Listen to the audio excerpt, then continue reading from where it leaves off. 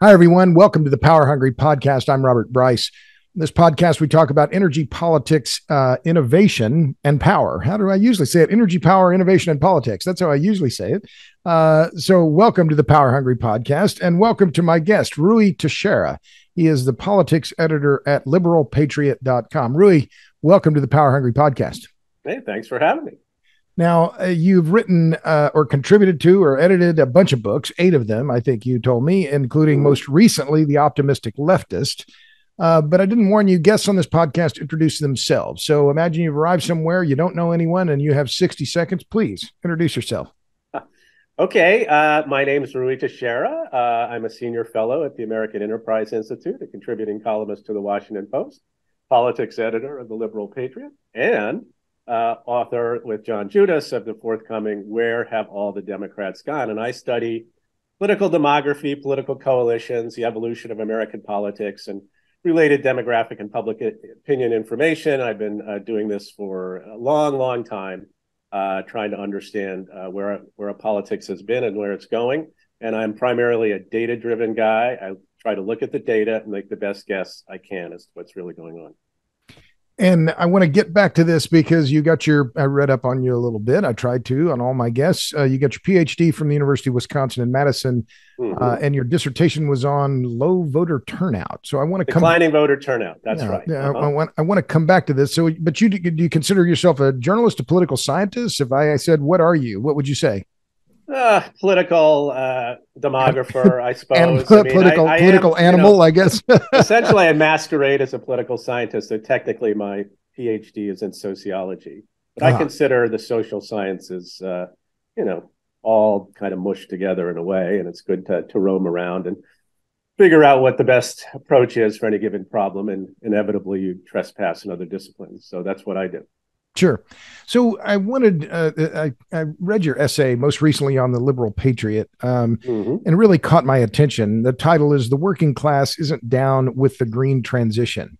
And I want to read a little bit of this because it really it touched something inside me because I've been watching this for a long time. I spend a lot of time in rural America. I speak to a lot of groups and travel around, and the political divide in America really concerns me. But I think what you talked about here is really important. You wrote, "Nothing defines the Democratic economic strategy more than a single-minded focus on fighting climate change, an existential crisis, as Biden and other top Democrats and a galaxy of Democratic-leaning pundits have termed it. In practice, this has meant restructuring the economy around green, quote, industries and rapid transition to an energy system based around wind and solar. Democratic elites and activists are very, very committed to this approach and are willing to pay high costs to make it happen. In the end, they assert not only will the existential crisis be averted, but everyone will be happy and prosperous."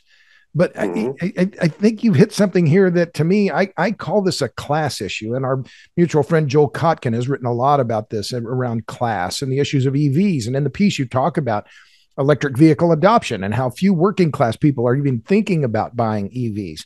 So I think you self-identify as a Democrat. And what is going on? I mean, how has the party been so detached from you? Because you've written about this a lot. The working class roots of the Democratic Party have been completely abandoned here. That's how I see it. Am I misreading what your diagnosis here? No, not at all. Not at all. This is actually a great deal of the subject of the new book, Where Have All the Democrats Gone? Trying to figure out, basically how this happened. How did the Democrats become so divorced from their working class roots? We talk about a couple of things in the book. One is the great divide that's opened up between college and non-college people, working class and elites, and the way in which that's mapped onto geography, rural versus urban, different areas of the country, which have sort of been left behind by economic development. And also what we call cultural radicalism, which is pretty much hegemonized the Democratic Party, where they've gone far to the left in a lot of issues that just are not a big concern to working class people, and in fact tried to impose a worldview on things like race and immigration and gender ideology. And relevant to our current discussion, climate. Because climate has really become a cultural issue for educated elites who dominate the Democratic Party. This is a huge, huge, huge issue, and they take it as given. We are in this existential crisis. We must do. It's impossible to do too much to hasten the transition to net zero and all that jazz. And, you know, as I argue in the piece, the working class just aren't that interested in it. It's not a super salient issue for them. They're much more concerned with mundane issues of how they're going to get ahead in life, material things, healthcare, jobs, wages, and energy prices. But, you know, they're very sensitive to energy prices, but the kind of people pushing this stuff are not. Right. So it does create this fundamental contradiction. So what we try to describe in the book is how, you know, among other things, climate is part of this emerging sort of cultural radicalism, which has taken over the Democratic Party, which does divorce the Democratic Party from its traditional role as the party of the working class, indeed as a party of the people, right? Yeah. Against the elites, against the people who have the most economic power. I think the Democrats have really lost sight of that. And there's a lot of reasons for that, and we trace them in the book. But I think climate is part of the reason we see that today, because there is this divorce between the worldview of the people who run the Democratic Party and its associated institutions, the nonprofits, the academics, the advocacy groups, the legacy media, commentators, and what have you, where they're totally convinced that this is absolutely true, that, you know, we're in this climate crisis and we have to double and triple down on this transition to renewables. And, you know, it's like, you know, damn the torpedoes, full speed ahead. And the working class is sort of sitting there, huh? What? We have to do what? Right. They're just, as I say, they're just not down with the green transition, but Democrats act as if they are. And I think that's a huge contradiction. And I think it has been and will create problems for them. Well, so, and this is really something I've talked about before, and I haven't written much about it, but that the Democrats and the Republicans have kind of switched sides. And Gerard Baker, forgive me, in January wrote a piece that touched on these similar things. He wrote in the Wall Street Journal, he said, not very long ago, college-educated professionals voted for Republicans in vast numbers, while blue-collar workers picked Democrats. Mm-hmm. Now, a college degree is the most reliable indicator of Democratic preference. The proletariat is dependably Republican. Mm-hmm. So does that, I don't want to talk about Trump very much at all, because it's such a kind of well, I think he's a cancer on the Republican Party. But does that explain in part the rise of Trump? Was the working class? I mean, clearly Trump dominated in the rural areas, right, in 2020. Mm-hmm. Is that help explain then the rise of Trump and the how these parties have changed sides effectively in terms of working class people? Oh, absolutely. I mean, we talk about this a lot in the book about sort of the origins of Trumpism, and it does have to do with this great divide that opened up between working class and college educated, between rural and urban, between left behind areas of the country and the post-industrial metros on the coast. Trump recognized that this was a problem for the Republican Party because they were associated with these sort of country club elites and the sort of libertarian economics and, you know, trickle down approach to economic change.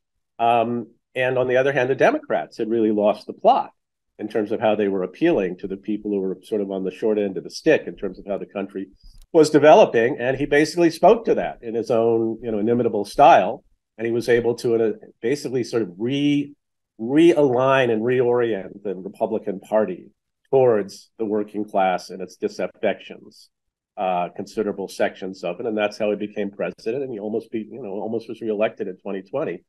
And the Republican Party itself is now, you know, by and large, more the working class party than the Democrats. Trump carried the working class writ large in 2020 by 4 points. And in 2022, the national House vote was 13 points in favor of the Republicans among working class voters. So right.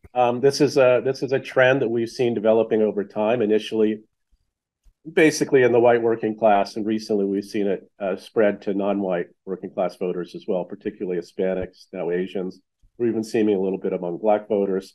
And that's, that absolutely has a lot to do with the origins of Trumpism. When both parties seem to lose track of the working class, particularly its historic party, changes will happen and political actors and entrepreneurs can take advantage of that. And that's exactly what we saw happen. So do you consider yourself a Democrat? I do. And why? I mean, because I'm going to be provocative here a little bit, Ruy. We just met. And so in 2017, you wrote a book called The Optimistic Leftist, Why the 21st Century Will Be Better Than You Think. But then in the Atlantic, let me see, was in last year in November. You wrote a piece called "The Democrats' Long Goodbye to the Working Class," in which you said the party's biggest challenge heading into the midterms is the erosion of its traditional base of support. So I respect your. Well, I'm a Democrat because I want to help them come to their senses. I mean, I've always been a man of the left, and I would describe myself, for want of a better term, as a social democrat. And what does that mean? That means we believe, some Social Democrats believe in the welfare state. They believe in the necessity for government to play an active role in sort of steering the economy in a direction that produces broadly shared prosperity. And I identify with that tradition, as opposed to a sort of more libertarian approach to the economy, where the worst thing you can do is interfere with the free market. I don't believe that at all. I do believe that, in fact, government has a critical role to play. I do believe the growth of the welfare state and government, broadly speaking, over time has been a good thing for people. But I want, a party of the left should be fundamentally oriented toward the benefit, the welfare of the working class. And when you lose track of that and you become obsessed with other things, and you depend ever more on the votes of more educated and affluent people, I mean, I think this is a real problem. So I want to try to get the Democrats back on the right side. On the other hand, the Republicans, while they can correctly call out some of the cultural and other excesses, including on climate, of the Democratic Party, I would say on balance, they're crazier than the Democrats to this day, and therefore should be preferred on that basis. Right. So your choice is I just picked the less crazy of the two then? Well, they're less crazy, and Republicans are still dominated, I think, to a large extent by business elites who have their own fish to fry in terms of how they want the economy organized. And I think that's not good for working class people either. They don't have an economic philosophy of their own, I think, that controls the party that I think would move in the direction would be best for the country. I think there are people who put forward some of this stuff in heterodox center-right circles, like American Compass, the magazine American Affairs. There are some senators like Hawley and Rubio who's put forward some interesting stuff. But I think they're very much minority voices in the party. Look, when Trump took over the country, 2016 to 2020, he ran on kind of an anti-neoliberal platform to a significant extent, and that was a big part of his appeal. But once he got into office and he had to deal with the Republican caucus, the signature legislative achievement, quote unquote, was what do they call it? The Tax and Justice Act of 2017, which is basically kind of a giveaway to more affluent people and corporations. It was not actually going to do much for working class people. It did not, in fact, do much for them.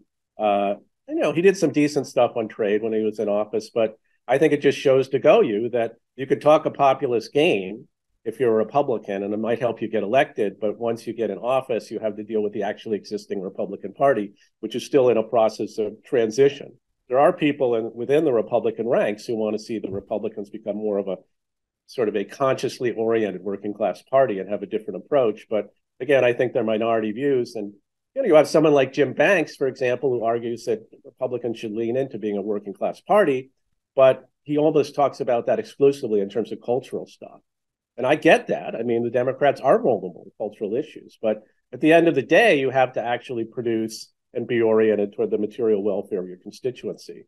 And that means more economic populism, for lack of a better term, I guess. Economic populism and national, sort of a program for national economic renewal that actually help people in broad areas of the country that have been left behind. I mean, the Democrats have their plan.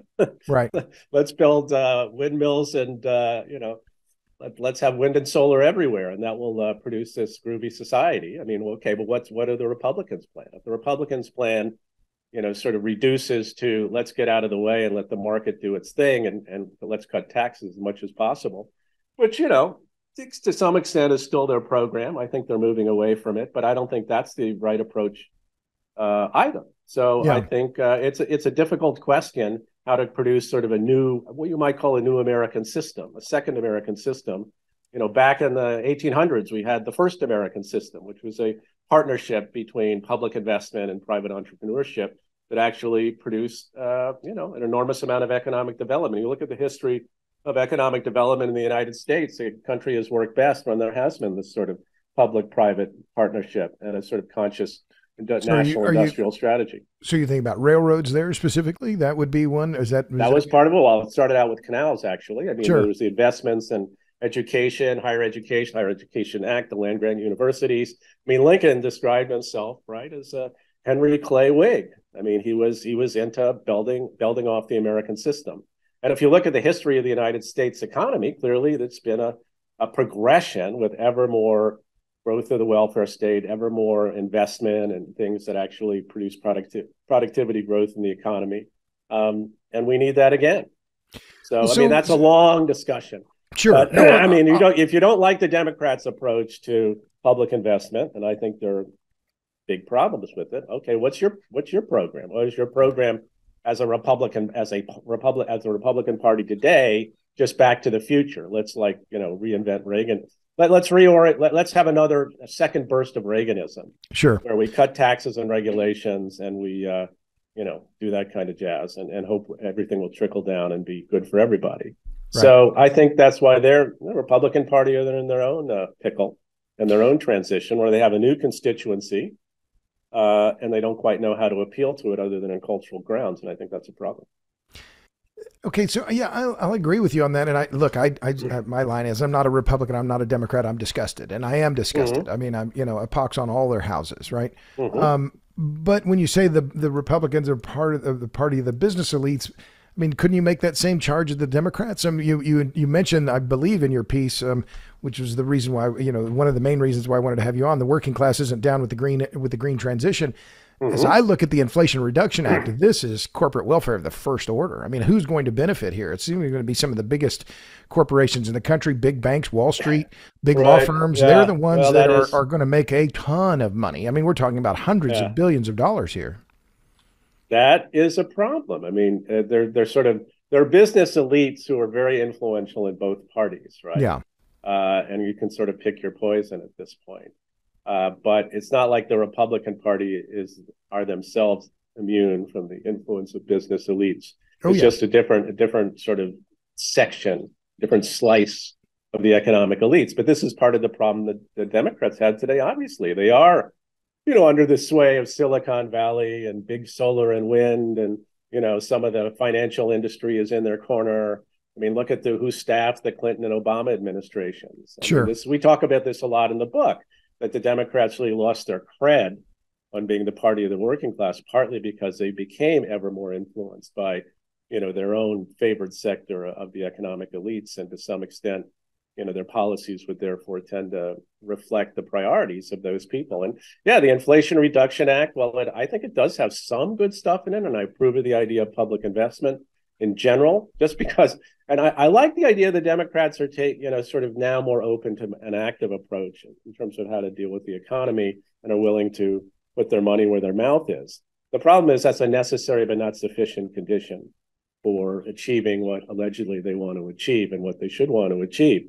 Because you can do public investment, you can have resources thrown at problems, but unless they're thrown at the right problems and in the right way, it's not actually going to produce what you think it's going to produce. And I think that's a situation we're in now, where the Inflation Reduction Act has enormous amounts of subsidies and you say almost welfare for certain sectors of the economy.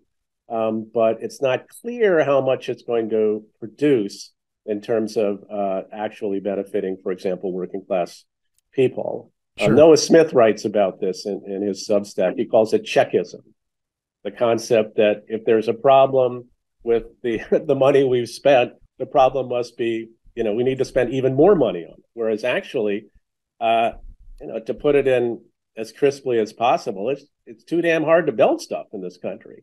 Right. If you're going to throw money at building up infrastructure and developing certain industries in the country, you have to make sure it goes to the right people and they can actually do the things that you want them to do. Whereas the Democrats, I think to some extent, they're mobbed up with a lot of interest groups and people who support certain regulatory structures. I mean, look at nuclear. I don't have to tell you about this. I mean, it's just insane that, you can't really make any progress on nuclear in this country because of the crazy regulatory regime. So, sure. For example, the Inflation Reduction Act, you might argue, okay, maybe it's weighted too much toward wind and solar, but at least there is some support for nuclear. Well, that's good, but what is that really going to produce as long as the structures remain in place? It makes it incredibly hard to develop a nuclear industry in the way that, and with the rapidity we need to do it. So Yeah. these are some of the contradictions that Democrats face and that public investment faces in this country. But that doesn't mean we should give up on public investment. No, and I completely agree. And I think that that's one of the reasons why we've seen a nuclear struggle, right? As a friend of mine who worked in the Department of Energy said a long time ago, for nuclear to succeed, you need pro-government and pro-nuclear politicians. The problem is the Democrats are anti-nuclear and pro-government, and the Republicans are pro-nuclear and anti-government. Well, we need pro-nuclear and pro-government. And you mentioned that, of course, in your piece, the working class isn't down with the green transition. But you also cite this really what I thought was an amazing poll that was done by the Energy Policy Institute at the University of Chicago, and how beliefs in climate change and action on climate change just varied dramatically, and that there were only 38%, I think, of Americans were willing to even spend $1 on action regarding climate change. And $1 a month, a month. And that you were, and that also that it was, that only 19% was it, or 21% were willing to pay $100. So but it goes back to your key overall point. I think it's even less than that. But anyway, I'd also add to that, Robert, that I did some analysis that suggested if you looked at the working class in particular, it would only be 30% of that group that would be willing to pay the $1 a month, and only 18% would be willing to pay $10 a month. So yeah, there ain't a lot of support there. I mean, you can ask questions, and you've probably seen them, where they'll ask respondents, well, okay, would you rather we put more emphasis on renewable energy or oil and gas, or are you in favor of accelerating a transition to renewable energy? All this jazz. You get very positive responses to those kind of questions, even among the working class. But when the rubber hits the road about whether you'd actually be willing to, sacrifice in any way for people, no, of course not. I mean, are you kidding me? I mean, this is a low salience item. It's way down at the bottom of the concerns of working class people, but it's way close to the top of the kind of people who, the great and the good who in the Democratic Party who tell us, how we should move ahead, and their associated pundits and intellectuals. I mean, It is just not to be questioned, the scale of the climate crisis and the scale of the action needed to confront it. I'll tell you a little story here that I think is kind of funny. Sure.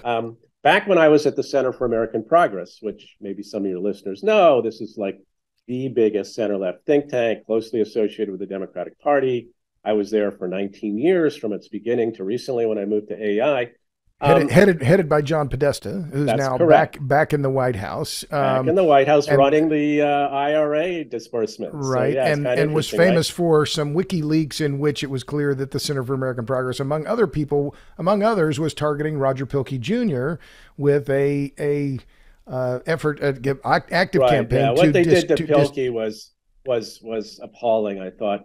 But I'll tell you, like from sort of relatively early days at the center, they used to have this guy, Joe Rahm, who ran Climate Progress, right? Oh, yes, I remember. And I remember he would like talk to the staff, and I'd read some of the stuff, saying, Jesus Christ, this doesn't sound right to me. This is like, I don't know, he seems way surer of this than he should be. And, I was always a bit heterodox, at least in the quiet of my study. So I would read people like Jorn Lomberg and people like that and think, he makes I don't agree with him completely. He makes a lot of good points. I mean, maybe this isn't quite as done and dusted as people think it is. And, so I was kind of a closet Lomborgian when I was at the center. But do you think I could tell anyone about this? No way. I mean, there was no debate about stuff like this. I mean, it was just a given that the scale of the climate crisis was not to be questioned. It's all like an inconvenient truth, Al Gore type stuff. And, this is clearly, and, climate radicalism became ever worse, of course, as you know, in the 2010s. I mean, we talk about it in our book. And, the center, sort of went along with that. And, I wasn't a politics guy. So I wasn't going to speak up about this stuff. But it was funny, hanging around there and realizing I don't agree with almost all of this stuff. I mean, this is like, it's just cloud cuckoo land. So it's sort of now I'm freer to say what I really think, because I read and think a lot about the climate change and energy issue. And the more I've read and thought about it, the more it seems to me the Democrats have sold themselves a bill of goods on this stuff. So, has anyone, to your knowledge, ever moved from the Center of the American Progress to American Enterprise Institute? I didn't know they. No, I've already. Just me. Maybe I've joked. I didn't know that they me. had allowed Democrats at AEI, but I mean, good for you. Surprised. There's a few sort of defrocked Democrats who are there would probably still vote. Defrocked. Still vote Democratic, and among the junior staff, there are definitely some Democrats. I mean, you have to realize AEI is different from the center and a lot of other Washington so-called think tanks, and that it's actually a community of scholars where people are permitted to disagree with one another. I mean, it's clearly got a center-right orientation, right? There's no question about that. But there actually are people and staff who disagree with one another. There's no official party line. And, the people are treated with respect, in terms of their views on things, and nobody really tries to censor you. So, I mean, there's very few places like that now in Washington. Almost all of them, in a sense, have a party line and are advocates for one side or the other. I mean, there's AEI, there's Brookings to some extent, not much else. There's a few international places that are like that. But so many of these so-called think tanks are really advocacy tanks.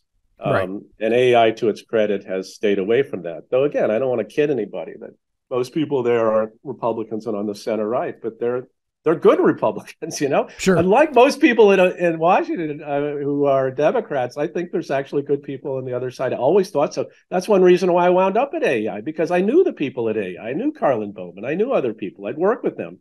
And I thought I didn't agree with them on everything, but that was fine. Right. If we don't agree with things, let's discuss. Sure. That's always been my attitude. And the idea that Republicans are all tools of Satan, I always thought was completely ridiculous. Well, so let's talk about this divide again, because I think William Galston had a good piece in the Wall Street Journal just recently talking about the urban-rural divide, and it's something that I posted on Twitter recently, and I see very clearly. I speak to a lot of rural electric cooperatives. I travel a lot in rural America and talk to people, and they're farmers, they're ranchers, storekeepers. People who work with their hands. I consider those my people, right? Who do I speak for? Who do I want to speak for? I hope to speak for the people who turn wrenches, right? The people who work with their hands. But the divide between, we've talked about the Democrats being the party of the college educated, but it's really the party now increasingly of the cities, right? That they do that. So how did rural America, Galston talks about this. I think there's a Cornell study that just came out and talks about the fact that rural America is being left behind, but it's also being, I would say, victimized in some cases, targeted, steamrolled by big business, big banks, big industry, big law firms to force them to take renewable energy projects they don't want, right? So, right, yeah.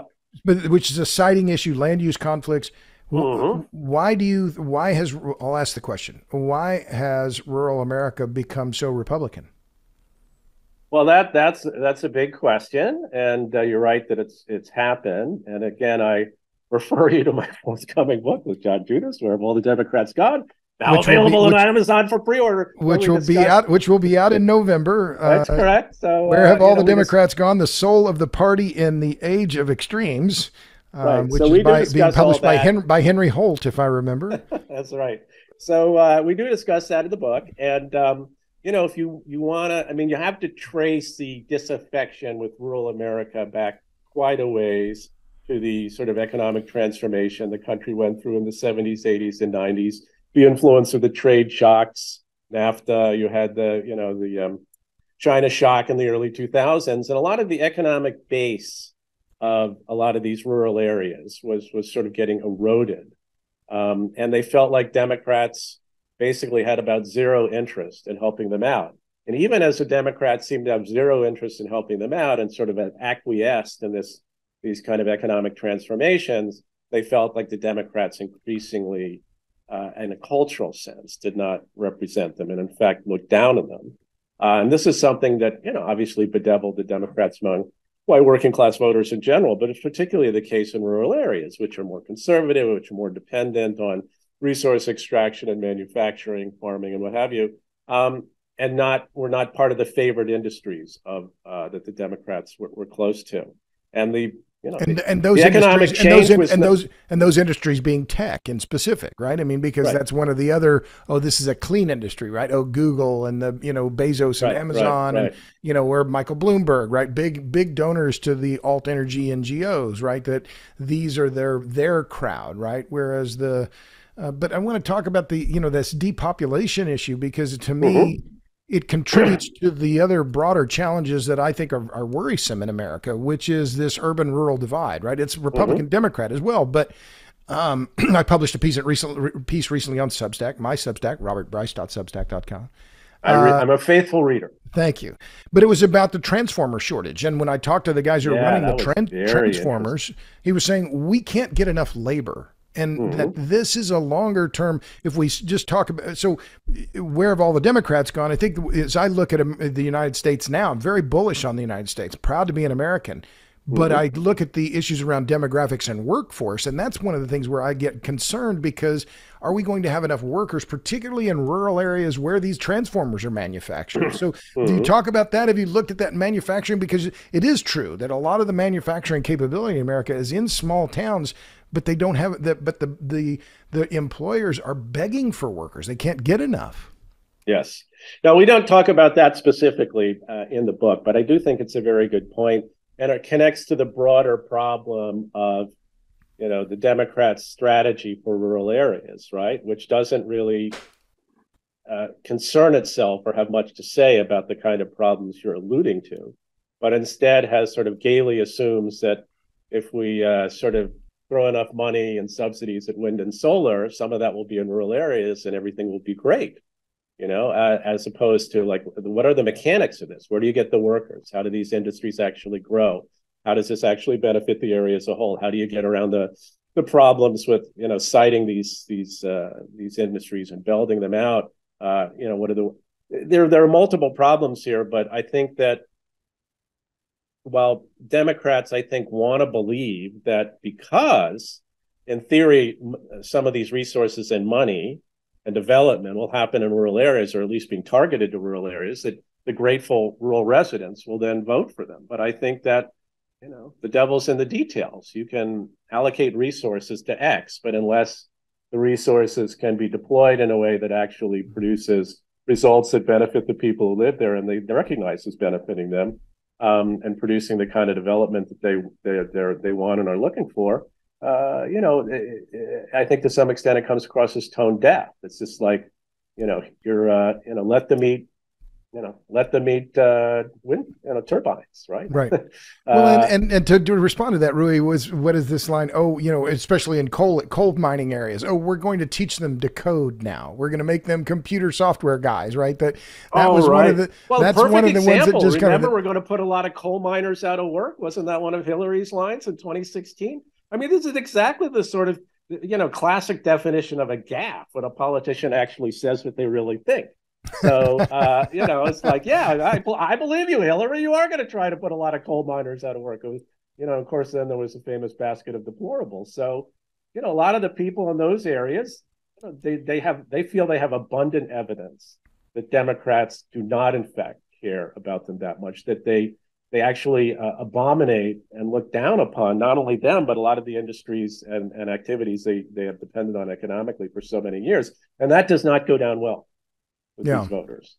Well, and Not well one other point that is in this Energy Policy Institute at the University of Chicago survey, you referenced it, that 77% of Democrats believe climate change is an important issue versus 29% of Republicans. I mean, it's just a massive gap. Yeah, huge gap.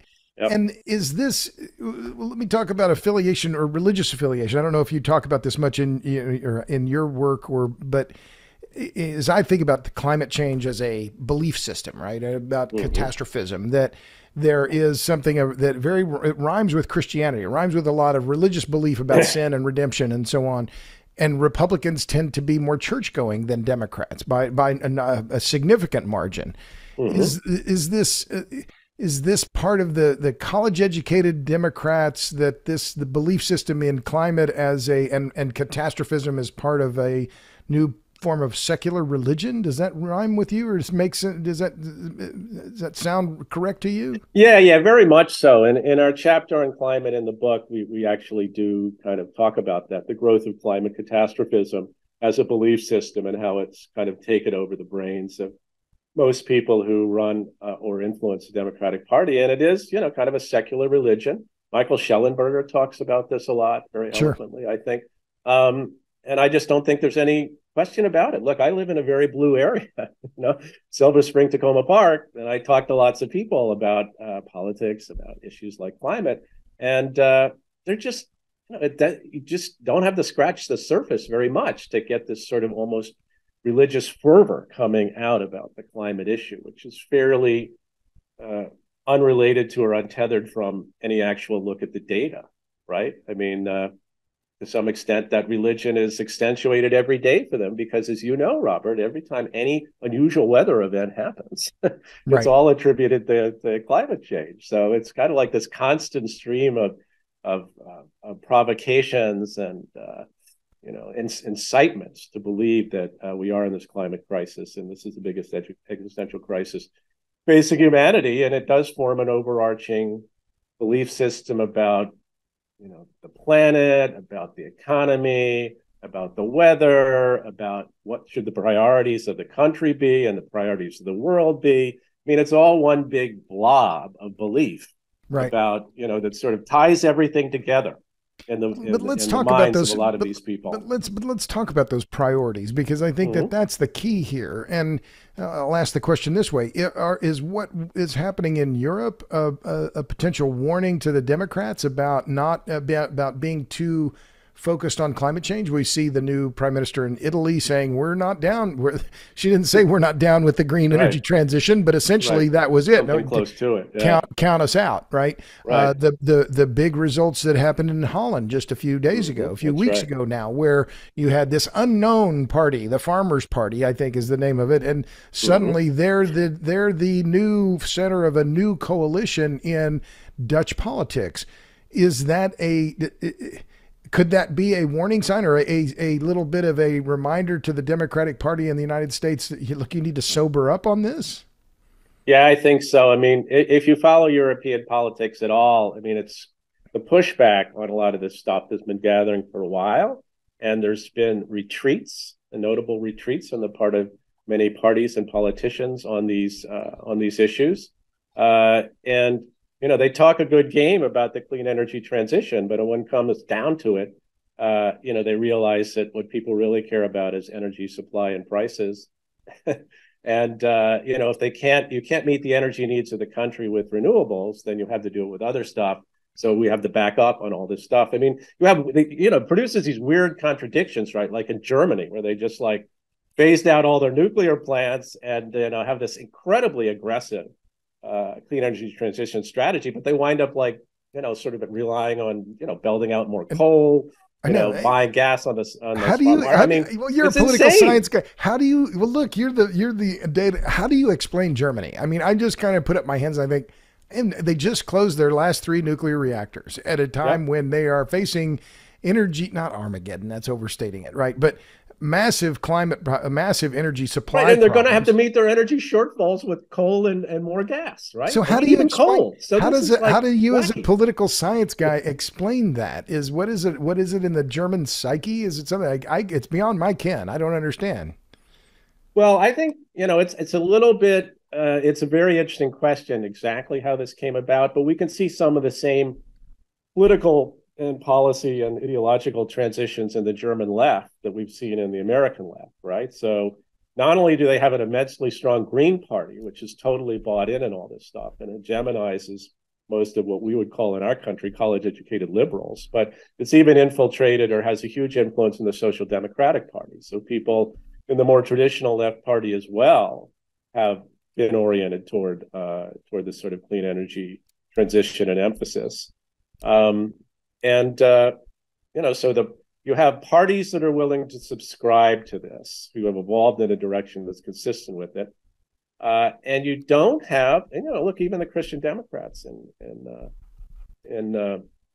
Germany have felt they needed to, sort of respond to this, right? Be sort of if not as aggressively, climate transition people, but somewhat. And at this point, we haven't yet seen the big revolt in Germany from voters. I mean, at the end of the day, it is up to the voters to say, basta, enough. And they haven't yet said it. They may say it in the future. But at this point, the parties feel that they can get away with this. I think they're probably mistaken. I think their strategy is, sort of very suspect, and it's going to produce it's already produced a lot of bad results in terms of energy prices, as you know. I mean, how long are people going to put up with this? What's going to happen next winter? We'll see. Yeah. But it's even the Tories in Britain, right? But Rishi Sunak comes in, he says we're going to repeal the fracking ban, and then he reimposes the fracking ban. And I'm looking at it, I'm thinking, wait a minute, you're a Tory. What are you doing? You're in a massive gas crunch here. Well, one way to look at this, Robert, might be, well, who runs political parties these days, be they on the left or the right? Okay, well, who primarily college-educated elites who've gone to the same universities and live in cities, hobnob in the same circles, are not particularly connected to the lives of working class people. And so, if you look at an issue like climate, or you look at various cultural issues around transgender and so on, they all kind of come out of the same bucket, and they tend to socialize with different flavors of the same kind of people. So in a way, it's the triumph of the hegemony of college-educated, relatively liberal elites on both parties. So it's a product. It's an insularity. It's a bubble that they live in. It just shows to you that today in the West, political parties, the people who run political parties, are not particularly closely connected to working class people. And the middle class people of various sorts are more connected to the people they went to university with, and their sort of a whole outlook on the world and the neighborhoods they live in.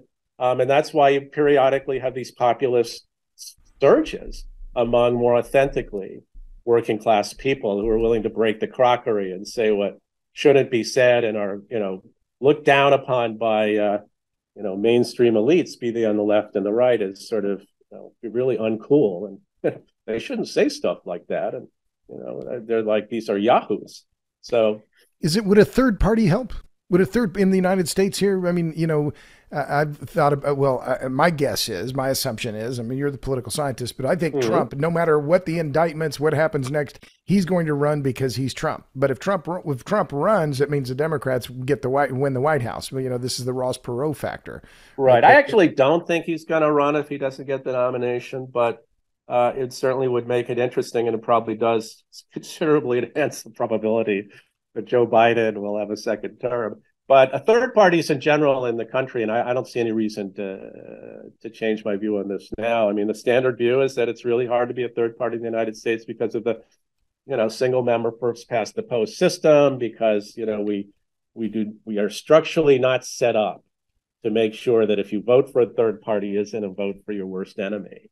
Right. So that is. But repeat what you said there, Ruy. You said something about the first past the post. Forgive me. So the plurality system. I mean, if you run, if there's several parties, more than two in a given district or a given state, the person who gets the plurality wins. Right. It's not, the person who gets the second most and the third most gets nothing at all. So if I'm a person on the left and I want to vote for the proletarian, socialism party, which and they're going to get 10% of the vote that's going to be taken away from the Democrats, that's just going to help the Republicans, right? So that is a fundamental and unavoidable dynamic of these things in the United States. And that's why third parties have continuously failed unless there's some massive realignment that takes place. And the existing parties have no interest in seeing that happen. So that's not. So I'm not holding my breath on that one. I think that discontented people like us will still have to make our choices between Republicans and Democrats. And, depending on which party we're most closely associated with, try to make the case that we need a different kind of approach here if we're really going to achieve the things we want to and really decisively beat the other side. And that's try to make. And actively hold our noses while we vote. Then it's choosing the least worst, or to some extent, yeah. I mean, I think that's a lot. I think that's a lot what it's about with, many, many, many, many normie voters, right? As we know, what activates a lot of people these days is not that they love their own party; it's just they hate the other party much more. Yeah, It's what they call negative partisanship. So, right. all the people voting Democratic today because they love the Democrats? No, a lot of it because they think the Republican parties, it's like few fries short of a Happy Meal, and I could never vote for those people. So Or three fries short of a Happy maybe even Meal. three. Yeah, maybe even three. Well, so let me switch gears here a little bit, because this is Mm-hmm. something you mentioned Michael Schellenberger earlier, and he's been doing a lot of work on censorship. And this is something Mm-hmm. that I've been observing when it comes to the climate and energy stuff, right? I've seen, articles published by National Public Radio effectively Mm-hmm. arguing that, or even contacting Facebook and asking Mm-hmm. Facebook, why are you allowing these rural opponents of solar to say things bad about solar, say things that might not be true about solar? I mean, actively Mm-hmm. seeking suppression of speech. So my Right. question, why have the liberals or the left, I don't just say it, have been so in favor of restrictions, right? We've seen this Yeah. on the EV mandates. You're coming from the Sure. not legislative, this is the administrative state. The natural gas bans in California. 75 communities in California have passed measures that will prohibit now. The Ninth Circuit ruling this week, thankfully, will negate Yeah, or I should read your invalidate piece on that. That was good. should invalidate all this. But Mm-hmm. even speech on masks, vaccines, so much of this effort to suppress speech is coming from the left. Is there any irony in that, or how do you explain that? Well, of course, there's irony. The traditional position of the left has always been free speech is, is somewhat absolute good. It's basically traditionally been used to suppress the left, not to help it. And by and large, we should rely on the free exchange of ideas in the expression of different viewpoints, and people should not be repressed, oppressed, whatever, simply because they have a different point of view. That was the traditional view of the left, but it's clearly mutated quite a bit in recent times. I mean, I think you can you can certainly see it in the debate about race. You can see it in the debate about transgender stuff. There's increasingly a concept that, free speech, how uncool is that idea, right? We all know that words can harm. We all know that people can be led down the wrong path. I mean, we cannot have a neutral attitude toward what people say, because there is, basically speech can be and sometimes is violence, right? You see this all the time on the campuses, of course, but it's since spread to liberal and left wing circles. So there's this really kind of weird attitude toward free speech, where words that cause actual harm must be stopped, and words that actively mislead people will then do harm must be stopped. Instead of having some faith that people can make their own decisions and people should have access to a lot of it, different information at different points of view. I mean, I think this is really tragic. I think this really tarnishes the left. I think it coarsens the political discourse, because, of course, people on the other side are just going to have their own pushback on this, and you get a sort of an unproductive tussle about what people are allowed to say. I think both sides would benefit from just sort of making their point of view known, and sort of providing their information. And it's it produces a certain lazy bones attitude too on the part of Democrats, where, for example, you try to explain why Hispanic voters have moved toward the Republicans in many ways, in many areas of the country. Oh, it's disinformation, it's misinformation. They're just being manipulated. Instead of What do you think understanding, politics is about? It's about like giving people your point of view on stuff and hoping they buy it. right? I mean, if you want to call it misinformation, the history of politics is all about getting your quote misinformation unquote in front of voters. So nobody is completely objective. No one tells the truth all the time. And the moment you start deciding some people who present their truth in a certain kind of way have to be privileged and other people must be suppressed, I mean, talk about your slippery slope. My God, it's just, It is so. I'm appalled, really, that people buy this kind of nonsense about, free speech must be limited, and free speech, is some sort of bourgeois reactionary concept. It is appalling, and I find it very, like a key reason why I can't identify with either party, right? I mean, part of it is my instincts, I guess, as a reporter, right? I've been in this. I've never had a real job. I've been a reporter my whole life, right? I don't want to identify, because to me it would.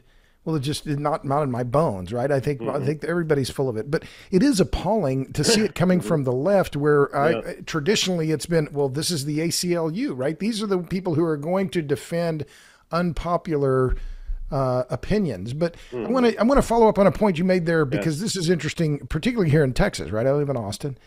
That Hispanic voters are turning toward Republicans, and that we Mm-hmm. had was a border congressional district that went to a Republican, which is Mm-hmm. revolutionary in recent history in Texas politics.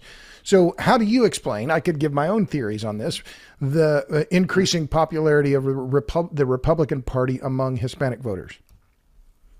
Well, I think Hispanic voters have been typecast by Democrats in a way that, it's been unfortunate for them in terms of understanding what's going on. I mean, Hispanics, right? They're people of color. They're, sort of this certainly became in vogue in the late teens in 2020.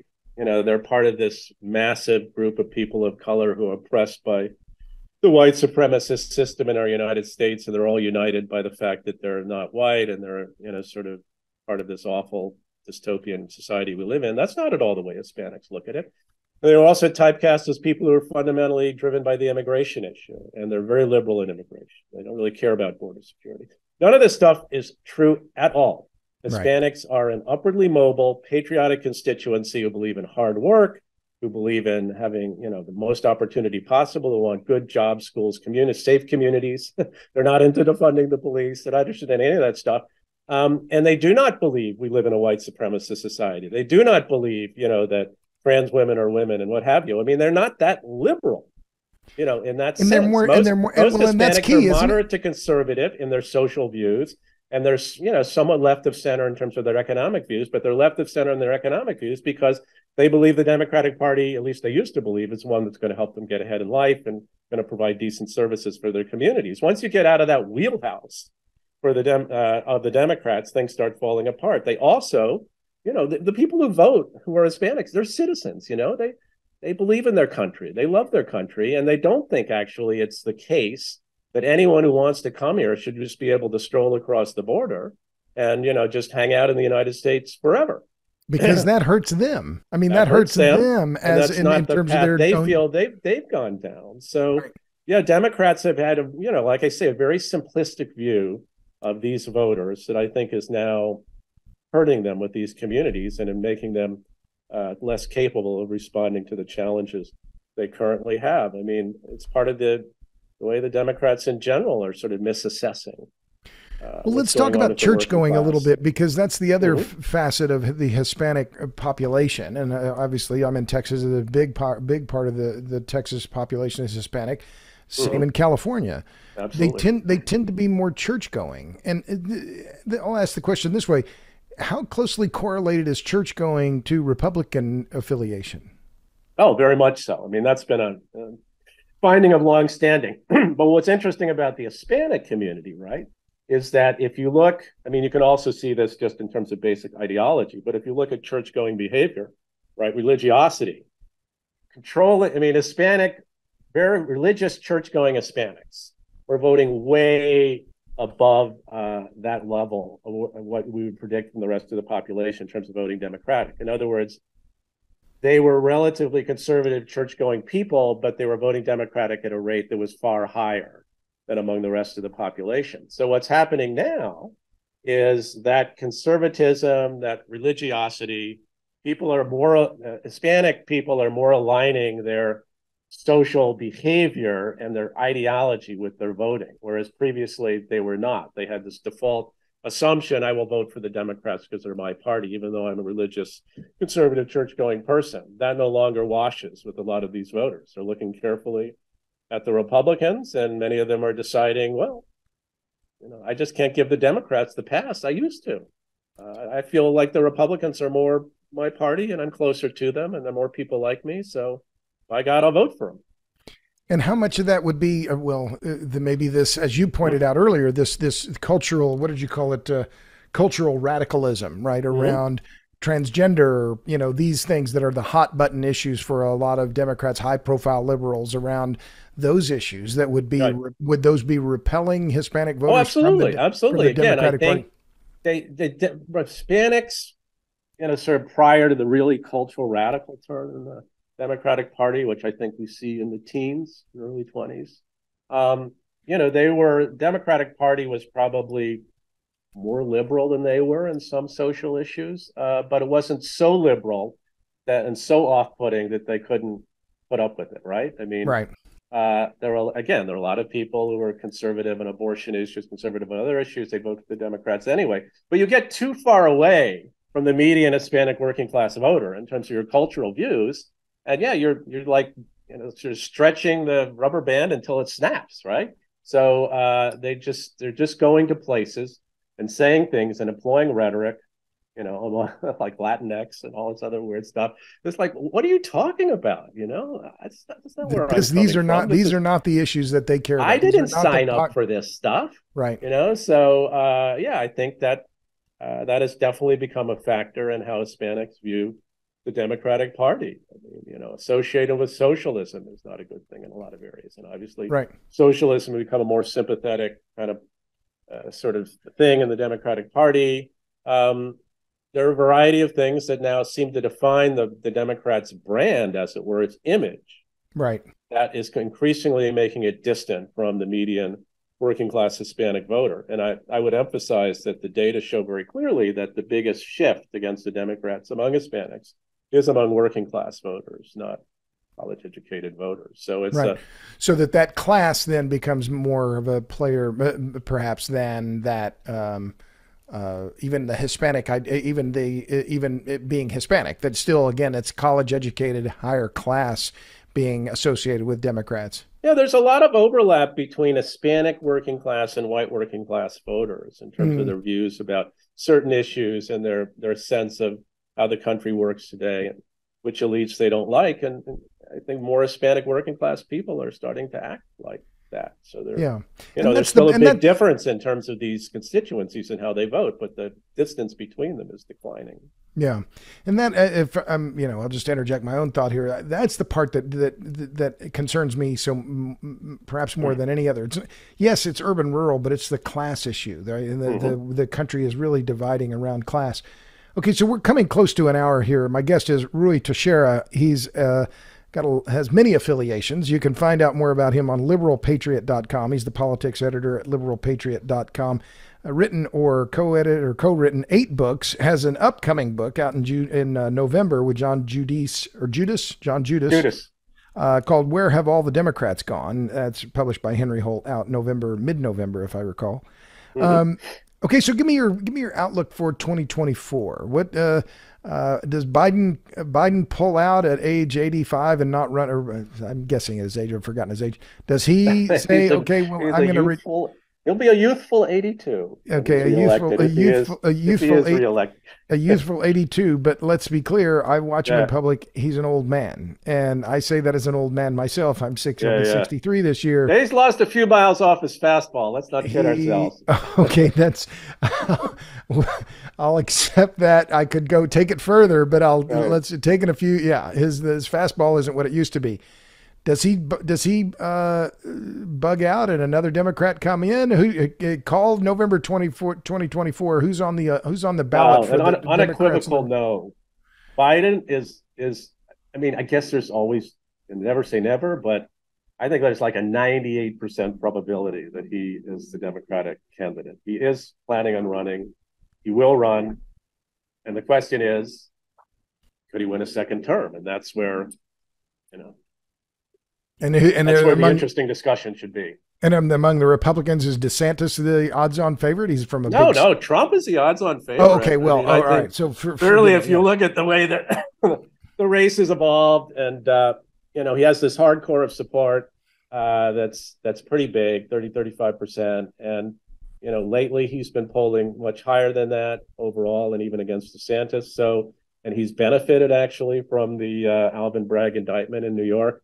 And he's still the guy who knows how to maneuver the core Republican primary electorate in a way that's to his advantage. And DeSantis has not done such a good job lately. He is the, if it's not going to be Trump, and it still might not be. I mean, I think people overestimate how much it's in the bag for the Donald at this point. But the most obvious second choice would be DeSantis. And you can see that also in data when people are asked, right. So what's your first choice, then what's your second choice? And DeSantis, polls very well across the first and second choices. but a lot of them are second choices, not first choices. So, a lot depends on how Republicans assess the question of electability at this point. Yeah. Part of DeSantis's appeal is going to be, if he ever finally gets around to declaring, that I'm more electable than Donald Trump, and here's why. Right. But so far, Republican voters are not prizing electability as much as, say, Democrats did in the contest in 2020, when that really turned the race decisively in Biden's favor. When the question of electability came to the fore, and they decided, yeah, Biden and not these other clowns is much more likely to be able to beat Donald Trump. So other clowns. Well, I speak perhaps too harshly, but you know what I mean. Fair enough. Would an indictment from the Georgia state officials on Trump make a difference then? Because that's the other big wild card here, right? Right. It may. Because that's not Alvin Bragg, right? That's no. I think I always thought it was a favor for Trump that the Bragg indictment went first, because it's so obviously kind of weak and it seems so obviously politically motivated. I think it was ideal for Trump ginning up the crazy politicized attacks by the Democrats on me, your advocate Donald Trump. Right. And I think it has had that effect. The Georgia thing is much more disturbing. It's a much more serious indictment, and you eventually, it sort of will accumulate. I mean, who knows what will happen after Georgia? I mean, enough of this stuff happens, and people start thinking, I don't know. I mean, I'm not really a Trump first Republican anyway, and right. The important thing is we got to beat Joe Biden. And there's just too much mishigas here. There's too much craziness. And I had to look at somebody else. And then they look at DeSantis or who knows, somebody else. But that's why I don't think Trump has it mishigash, or that's a Yiddish word, right? Yeah, Yiddish word. Okay, well, you caught me off guard with that one. So, Ruy, we've been talking for about an hour. I like to keep my podcast at right about an hour. I wanted to make sure and ask this question because I mentioned it earlier about your dissertation now when that you got your doctorate or PhD in sociology back at the University of Wisconsin on declining voter turnout. And I've thought about this as well, that I don't know if it's cynical or just realistic view on politics, that a lot of people, including me, kind of just look at it as entertainment now. I kind of look at it like a little way like, well, this is kind of like the NBA. It's kind of like, all the other things that I kind of, I care about basketball. I love basketball, right? But politics is kind of just another. George Magazine was kind of the obvious example of this. Was politics as entertainment. It's my little bit of editorializing. Why don't more people in America vote? Well, that's a complicated question. Okay, you have 90 seconds. Right. Okay. There are two reasons. One is broadly speaking, it's harder to vote here than it should be. If the state maintained the voter rolls as they do in many other places, and you didn't have to worry about getting registered in any way, manner, shape, or form, that would do some to boost turnout. But the other factor, of course, is how involved people feel in politics, how much they care about the outcome, how much they think the political parties care about them, what they think the stakes are, if they can even understand the stakes. And I think that goes up and down in America. It went down a lot from the 60s to the 80s. Oddly enough now, Robert, we're kind of in a relatively, at least for the United States, high turnout era where people are so... 2020 was a good year for turnout. Right. So if the stakes, if people hate the other party enough, if negative partisanship is strong enough, that actually does produce higher turnout. And I think that's part of the reason we're in a relatively high turnout electoral era, again, for the United States. Even if you don't quite understand what your own party stands for and how they're going to fix things, you can definitely understand how awful the other side is and how bitterly you hate them. Right. And that's a good motivation to come out and vote. And what was the turnout in 2020? Was it over 60%, 70%? Over 60%, yeah. Yeah. Okay. Okay, fair enough. That still leaves a lot of people who didn't show up. And right. There's a whole other sort of set of debates and questions about, well, how do we interpret that in terms of what could be the possible political effects of those other people showing up? And one of the great, great myths of the Democratic Party is that if we could just get more of these people to show up, we would, obliterate the Republican Party, because those voters tend to skew toward demographics that are in our favor. That's a whole other discussion, but the short answer to that is no, that's not the case, actually. High turnout does not necessarily benefit the Democrats. And look at 2020, where they barely, basically most people who looked at the data basically think that higher turnout on net probably benefited the Republicans more than the Democrats. And again, the Democrats, they've actually lost House seats. They barely beat Trump, and they thought they were going to kick his ass. Yeah, I mean, you just can't read that much into high turnout per se. If we want higher turnout, it shouldn't be motivated by partisan, motivations. It should be because we think that's a good way for politics to happen, that more people should be involved and take it seriously. And as you say, Robert, not just look at it as entertainment or a bunch of crazy people fighting each other. That would be good for the country, but no one should assume it will benefit their preferred political party. Yeah, that's interesting because, I've been in Texas a long time, and that's always been kind of one of the ideas that, the state is eventually going to turn Democratic, and because of all these Latinos, and Hispanics, which we've already talked about, and Abbott just killed. I mean, took Beto to the woodshed in the last election. It was not close, despite a lot of people thinking it would be. So, last two questions, Ruy. You've written a lot of books. You're constantly writing essays and publishing. What are you reading now? What books are on the top of your list?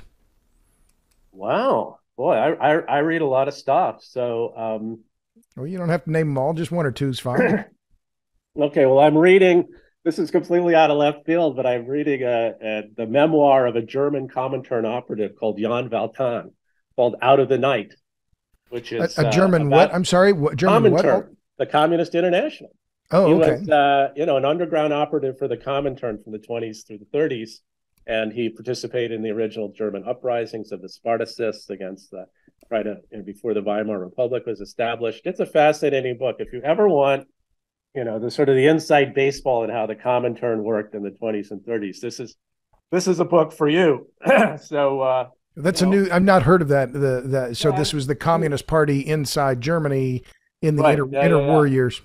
Right, and on a more serious vein, I've been going through Václav Smil's "How the World Really Works," which I recommend highly to everybody. It's a fantastic book, and it does connect closely to the subject of this here podcast. Because part of the problem with Democrats and people who are so obsessed with the climate issue, they don't understand the mechanics of how the energy system works. They don't understand how difficult it will be to transition industrial economies to run solely on their preferred modes of energy, and you need the facts about how the energy system works, where we get it from, how did it happen, what's it embedded in, look at all the different materials that go into supporting an industrial society. So, like I say, on a more serious note, I mean, you Comintern fans can look at the Out of the Night, but for people who really want to understand what the hell's going on in our world and in our country and what the whole energy debate is really about, I think you could do no better than to read Václav Smil's book that I alluded to. Plus, his other stuff is great too. I mean, he's an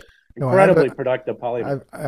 Yes, incredibly productive polymath. That's true. I have a book. I have a whole shelf of his books, so we share that fandom. Last question, Ruy. What gives you hope? What gives me hope is that we live in a democracy, and voters are entitled to vote out the people they think are complete idiots. So I do think over the medium term, pressure from voters who aren't getting what they want will force one or both parties to move in a direction that's more productive for the country. So I put my faith, as unfashionable as it may be to say, in the people. People get to vote, and the people will decide. And you can't, if something doesn't seem like it can go on forever, it won't, as Herbert Stein, the famous economist, once put it. And if you don't like the way politics is today and you think it's incredibly unproductive, which is a very reasonable point of view, if something doesn't seem like it can go on forever, it won't, So I think that people of goodwill, people who are not satisfied with offers from both political parties, should soldier on and keep on arguing for more sensible common sense approaches in both parties. And that's why, to some extent, I consider myself a common sense Democrat. It's neither on the left or right of the party, but simply trying to urge the party to go on the path of common sense. And I think that's really what most people want. So I think that if we keep making the arguments and people are not suppressed, then I think good sense will prevail in the medium to long term. But, I'm an optimistic guy. What can I tell you? Well, I am as well. So we'll stop it there. My guest has been Ruy Teixeira. He is a prolific author, writer. You can find out more about him at liberalpatriot.com. You can also pre-order his book if we haven't mentioned it yet. I think we have a couple times, but we will again. With John Judas. It's called Where Have All the Democrats Gone? It will be out in November, published by Henry Holt. Ruy, it's been great fun to get connected here and chat about these things. We both share a passion for our country and where it's going, and great to become acquainted and talk some of these things through. So thanks for Robert. coming. It's been more fun than several barrels of monkeys. So thanks for having me on. All right. Well, thanks, Ruy, and thanks to all of you in podcast land. Tune in for the next episode of the Power Hungry Podcast. Make sure and subscribe to my Substack, robertbryce.substack.com, if you haven't already. And until the next podcast, see ya.